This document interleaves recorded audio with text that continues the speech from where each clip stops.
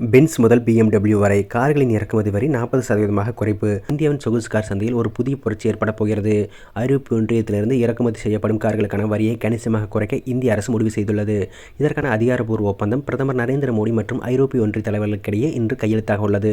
தற்போது வெளிநாடுகளிலிருந்து முழுமையாக தயாரிக்கப்பட்டு இறக்குமதி செய்யப்படும் கார்களுக்கு இந்தியா சுமார் 110% வரை வரி விதித்து வருகிறது. இதன் காரணமாக ஐரோப்பிய கார்களின் விலை இந்தியாவில் பல மடங்கு அதிகமாக உள்ளது. இந்த நிலையில் புதிய தடையற்ற வர்த்தக ஒப்பந்தத்தின் ஒரு பகுதியாக இந்த வரியை உடனடியாக 40% குறைக்க மத்திய அரசு திட்டமிட்டுள்ளது.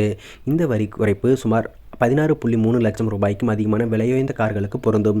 மேலும் வரும் ஆண்டுகளில் இந்த வரியை படிப்படியாக 10% வரை குறைக்க இலக்கு நிர்ணயிக்கப்பட்டுள்ளது. இந்த அதிரடி முடிவால் ஐரோப்பிய முன்னணி கார் தயாரிப்பு நிறுவனங்களான மெர்சிடஸ் பென்ஸ், BMW, வோல்க்ஸ்வேகன், ஆடி போன்ற நிறுவனங்கள் பெரும் பலன் அடைய உள்ளது. வரி குறைப்பால் இந்த கார்களின் விலை விற்பனை இந்தியாவில் பல லட்சங்கள் குறைய வாய்ப்புள்ளது. இது சொகுசு கார் பிரியர்களுக்கு பெரிய மகிழ்ச்சியை ஏற்படுத்தியுள்ளது. ஐரோப்பிய ஆவணத்தின் தலைவர் உர்சலா வான் டெர் லயன் மற்றும் ஐரோப்பிய கவுன்சிலின் தலைவர் ஆண்டோனியோ கோஸ்டா ஆகியோர் 4 நாள் பயணமாக இந்தியா வந்துள்ளனர். இந்தியாவின் குடியரசு தின விழாவில் சிறப்பு விருந்தினராக பங்கேற்ற இவர்கள் இன்று பிரதமர் மோடியுடன் உச்சி மாநாட்டில் கலந்து கொண்டு இந்த வர்த்தக ஒப்பந்தத்தை இறுதி செய்துள்ளார்கள்.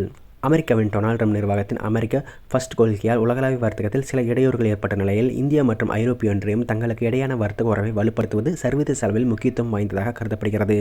இந்த ஒப்பந்தம் வாகனத்துறை மட்டுமல்லாது ஜவுளி, வேளாண்மை மற்றும் தொழில்நுட்பத் துறைகளின் இருதரப்பு முதலீடை அதிகரிக்க வழிவகுக்கும் எனவும் எதிர்பார்க்கப்படுகிறது.